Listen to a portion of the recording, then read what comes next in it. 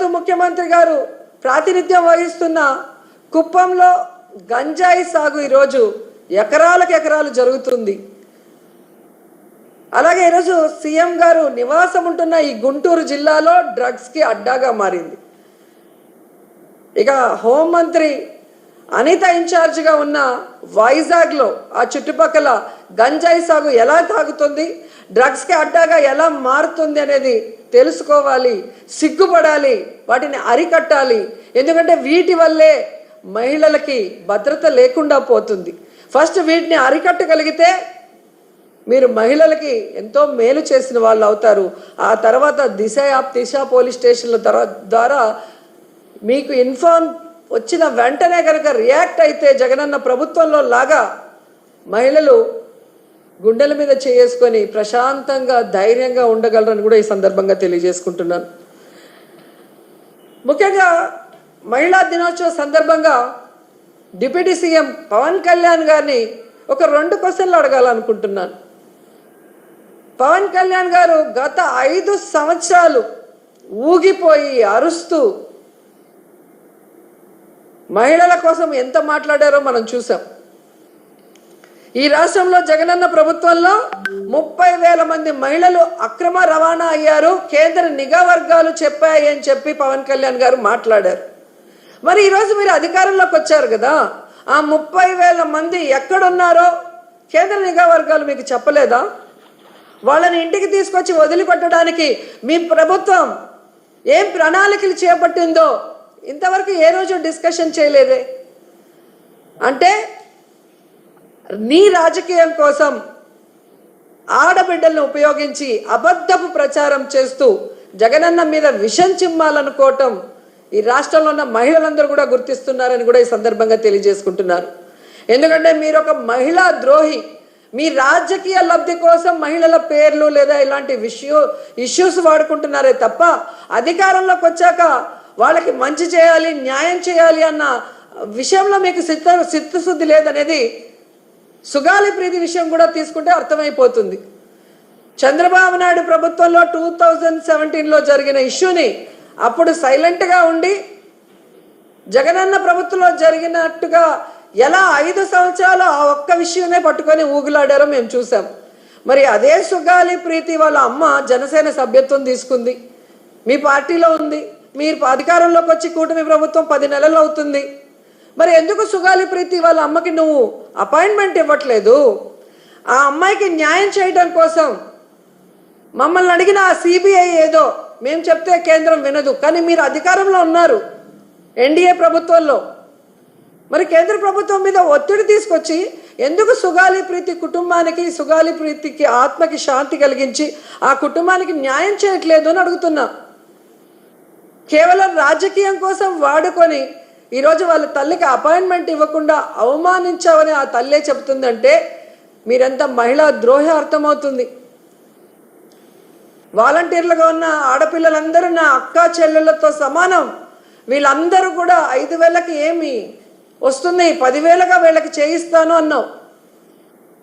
ఈరోజు అధికారంలోకి వచ్చాక 1,70,000 మందిని రోడ్డున పడేసి ఉద్యోగం లేదు, జీతం లేదు, వాళ్ళ జీవితాలకి దిక్కు లేకుండా పోతే ఎందుకు నోరు తెరవలేదు?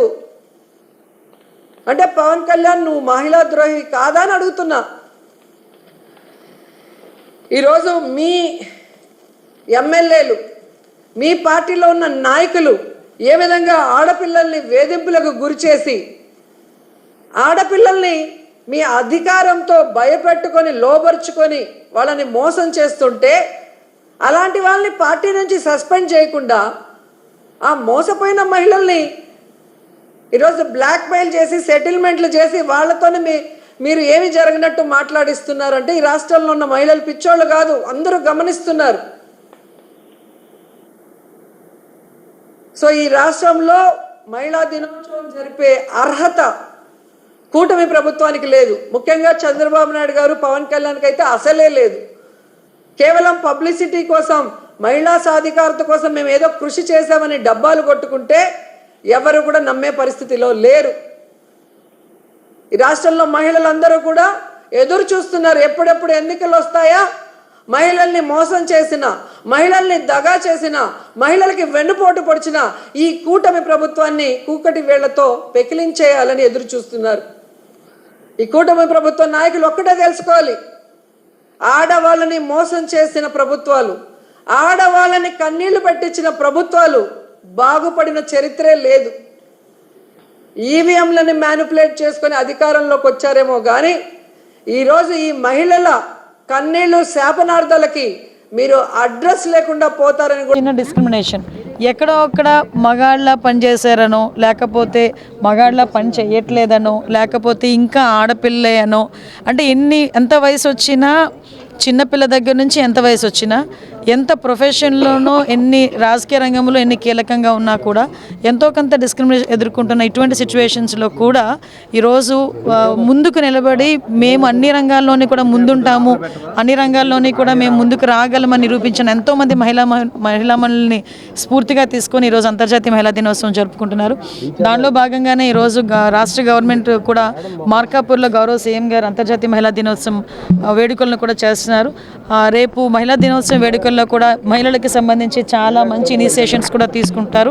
అవన్నీ కూడా రేపు మీ అందరికీ కూడా తెలియజెప్తారు. అదేవిధంగా నేను ఒకటే కోరుకుంటున్నా, మహిళలు అన్ని రంగాల్లోనూ కూడా ముందుండాలి, ముఖ్యంగా ధైర్యంగా ఉండాలి, ముఖ్యంగా ధైర్యంగా ముందుకు రావాలి, ధైర్యంగా ఎదుర్కోవాలి. నేను మళ్ళీ చాలా సందర్భంలో చెప్పినట్టు ఇప్పుడు కూడా చెప్తున్నా, సమస్యను చూసి భయపడిపోకుండా సమస్యను ఎలా ఎదుర్కోవాలి అన్న కాన్సెప్ట్తో కనుక ముందుకెళ్తే ఏ మహిళ కూడా ఓటమి అనేది ఉండదు. అది నేను పర్సన్ కూడా నేను ఎక్స్పీరియన్స్ నేను మాత్రం చెప్తున్నాను. మేడం, మహిళల మీద అసభ్యకరంగా మాట్లాడే వాళ్ళకి, అనుచిత వ్యాఖ్యలు చేసే వాళ్ళకి ఏం చెప్తారు? అమ్మ, ఇప్పుడు నేనేమంటానంటే, ఇప్పుడు యాజ్ పర్ లా ప్రకారం మేము పోలీస్ స్టేషన్లో కేసులు పెట్టడం, వాళ్ళు తీసుకొచ్చి అరెస్ట్ చేయడం ఇవన్నీ ఒక ఎత్తు. నేనేమంటానంటే కంపల్సరీగా నేను లాస్ట్ అపోజిషన్లో ఉండేటప్పుడు కూడా నేను చెప్పేదాన్ని, మేము ఫేస్ చేయడమే కాదు, మేము ఫేస్ చేయడం అన్నది చాలా ఎక్కువగా ఫేస్ చేశాం. నాతో పాటు చాలామంది, ఈరోజు మీరు నమ్ముతారా, ఇప్పుడు ఆర్థిక శాఖ మంత్రిగా నిర్మలా సీతారామన్ గారి గురించి కూడా చాలా వల్గర్గా మాట్లాడే సందర్భం, ఎన్టీ రామారావు గారి కూతురు భువనమ్మ గారి గురించి కూడా చాలా వల్గర్గా అసెంబ్లీలో మాట్లాడే సందర్భం. అలాంటి సిచ్యువేషన్ అన్నింటినీ ఎదుర్కొని ఈరోజు వచ్చిన తర్వాత కూడా కొన్ని సందర్భాల్లో సోషల్ మీడియాలో కామెంట్స్ కానీ అంటే అసభ్యకరమైన పోస్టింగ్స్ చూస్తూ ఉంటే నాకు అనిపిస్తుంటుంది, ఎందుకు వాళ్ళ తల్లిదండ్రులు ఇవి చూడట్లేదా? నేను ఒకటే అనుకుంటా, వాళ్ళ తల్లిదండ్రులకి ఇది చూపించాలి. ఇప్పుడు ఫర్ ఎగ్జాంపుల్ ఒకటి చాలా వల్గర్గా పెట్టాడు, వాళ్ళ తల్లిదండ్రులకి ఇది ఎక్స్పోజ్ చేయాలి. అరే నీ కొడుకు పరిస్థితి ఇది అని ఎక్స్పోజ్ చేసి సొసైటీకి కూడా ఎక్స్పోజ్ చేయగలగాలి. ఆ ఇనిషియేషన్ కూడా మేము త్వరలోనే తీసుకుంటామని కూడా మేము చెప్తున్నాం. అంటే వాళ్ళ డేటా వెంటనే కలెక్ట్ చేసుకునే విధంగా కూడా డిపార్ట్మెంట్ డేటా కలెక్ట్ చేయడం, కేసులు పెట్టడం అవన్నీ కాదమ్మా, అవన్నీ మేము చేసుకుంటాం. వాటితో పాటు ఒక సోషల్ రెస్పాన్సిబిలిటీ కూడా ఉండాలి కదా, అవేర్నెస్ ఉండాలి కదా, ఒక మోటివేషన్ ఉండాలి కదా. అరే నువ్వు ఒక అవతల ఆడపిల్లని ఒక మాట మాట్లాడేటప్పుడు నీ ఇంట్లోనే ఒక తల్లి ఉంది, ఒక చెల్లి ఉంది, ఒక భార్య ఉంది, ఒక అక్క ఉంది అన్న విషయం అర్థం చేసుకునే కెపాసిటీ రావాలి కదా. ఇంకా ఎన్ని రోజులకు వస్తుంది? అదే మేము కోరుకుంటున్నాం. అపోజిషన్లో ఉన్నప్పుడే కాదు, ఇప్పుడు కూడా ప్రెజెంట్ మీ మీద కూడా చాలా రూమర్స్ అమ్మ, నా మీదనే కాదమ్మా, ప్రతి ప్రొఫెషన్లో కూడా ఆ ప్రాబ్లం ఉంది.